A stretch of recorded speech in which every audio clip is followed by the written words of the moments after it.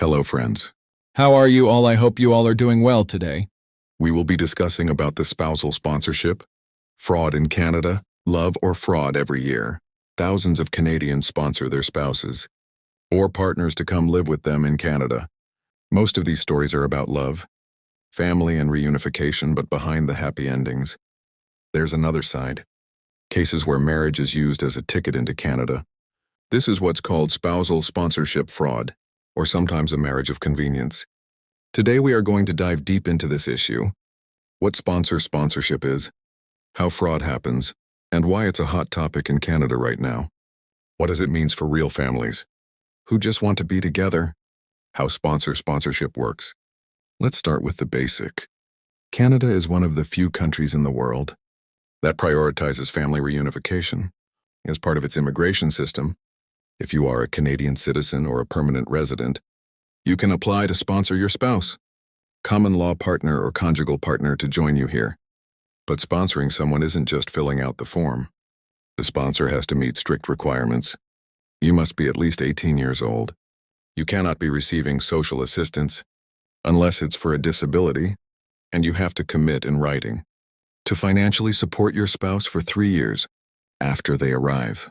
The application process requires proof that the relationship is genuine. Sometimes couples even have to sit through interviews where officers ask personal questions about their daily lives. Why all the scrutiny? Because Canada's immigration system is built on trust, and when that trust is abused, it puts the whole system at risk.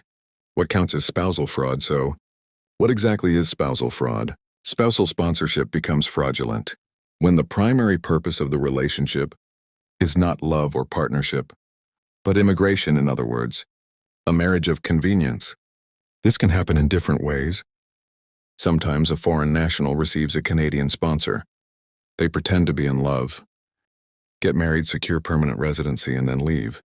In other cases, both parties are in on it. It's a transaction sometimes involving money. And unfortunately, there are also cases of exploitation, where vulnerable Canadians are tricked or pressured into sponsoring someone. The penalties are serious.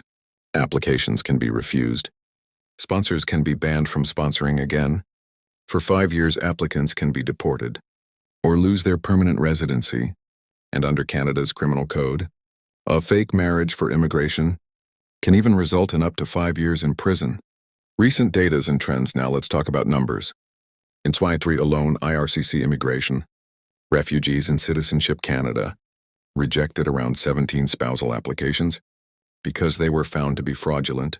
Over the last decade, the number of sponsorship applications has grown by 32%, but interestingly, the number of official fraud investigations has actually dropped, especially after 2017, when Canada removed the so-called 2-year probationary period. That rule used to require certain sponsored spouses to live with their sponsor for 2 years before getting permanent residency. It was meant to discourage fraud, but it was also criticized for trapping people in abusive relationships. Certain countries are flagged as higher risk for fraudulent marriages. Reports suggest that applicants from India, Pakistan, China, Vietnam, Nigeria, and Ghana make up a large portion of the cases that are refused.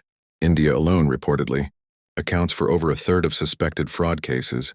So the trend is clear: more applications, ongoing fraud, in a government trying to walk a fine line between compassion and control. Why it's a hot topic. Why is spousal fraud making headlines right now? There are a few reasons. First, public perception. Canadians are proud of their immigration system, but they also want to know it's fair. Stories of people using fake marriages to get permanent residency create a sense of betrayal. Second, the political angle. Immigration is already a heated debate in Canada, especially with housing shortages, pressure on public services.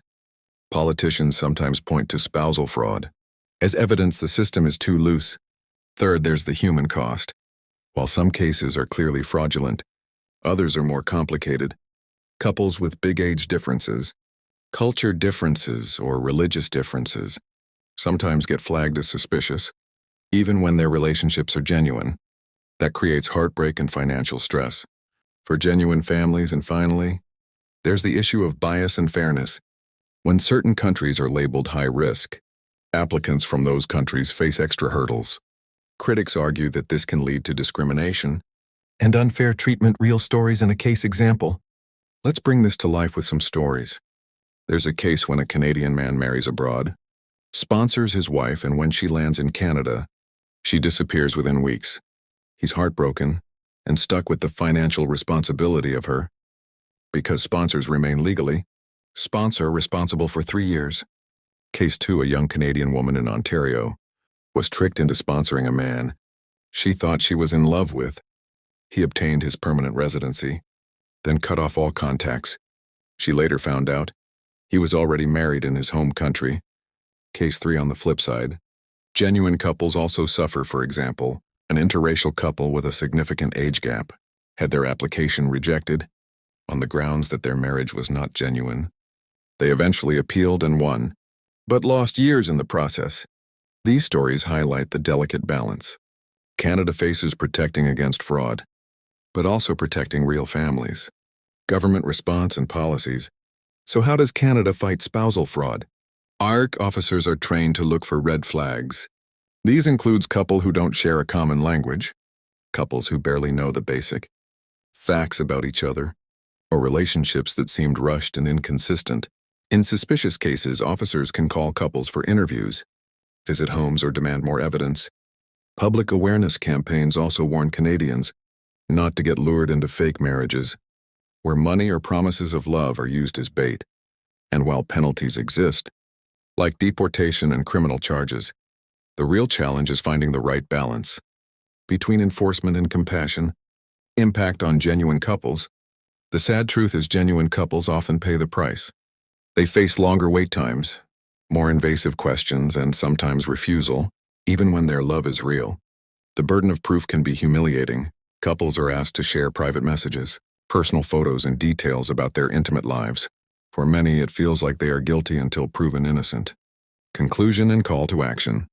So, to sum up, spouse sponsorship is one of the most important ways families reunite in Canada.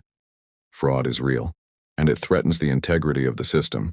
But at the same time, too much suspicion can hurt genuine couples who simply want to be together. So here's the big question.